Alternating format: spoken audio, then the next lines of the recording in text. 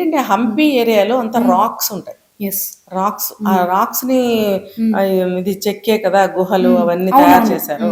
Water ఉన్నా సరే, గడ్డి ఉన్నా సరే, ఎట్లా అయినా సరే ఆ ఏరియా మొత్తం రాక్స్ ఉంటాయి. అవి కూడా ఏంటంటే చెక్కినట్టుగా షార్ప్‌గా. నేను కూడా హంపి వెళ్ళొచ్చాను. సో, నేను చూసాను కాబట్టి చెప్తున్నా. కొండలు ఎంత హైట్ ఉంటాయంటే కొన్ని అఫ్‌కోర్స్ ఈ పాప ఎక్కిన కొండ అంత లేదు గానీ, నేను చూసినవి చాలా హైట్. కొన్ని వందల మెట్లుంటాయన్నమాట. ఓకే. ఎక్కగలిగిన వాళ్ళు పై వరకు వెళ్ళి అక్కడంతా చూసుకొని వస్తారు. అంటే కేవ్స్ ఉంటాయి అక్కడ. సో, ఈ పాప ఎక్కింది 9 ఫీట్. ఓకే. 8 or 9 feet. తను స్విమ్మర్ కాబట్టి జస్ట్ ఊరికే సరదాగా స్విమ్ చేసుకుందాము. అక్కడ ఎవరు లేరు. ప్లెజెంట్‌గా ఉంది అనుకుని తను ట్రై చేసింది. కానీ తను ఒక్కటే వెళ్ళింది. మిగతా వాళ్ళందరూ ఒడ్డునున్నారు. వాట్స్ ద మ్యాటర్ అనేది కొంచెం మనం ఎందుకు తనొక్కతే వెళ్ళిందనేది కొంచెం ఆలోచించదగ్గ ప్రశ్న విషయంగా నాకు అనిపించింది.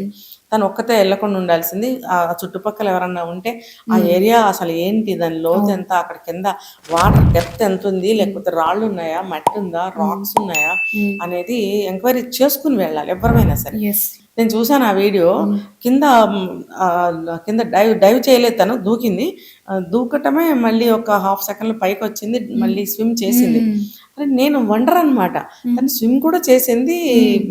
ఎట్లా వెళ్ళిపోయింది కిందకి మళ్ళీ అనేది చాలా ఆశ్చర్యం.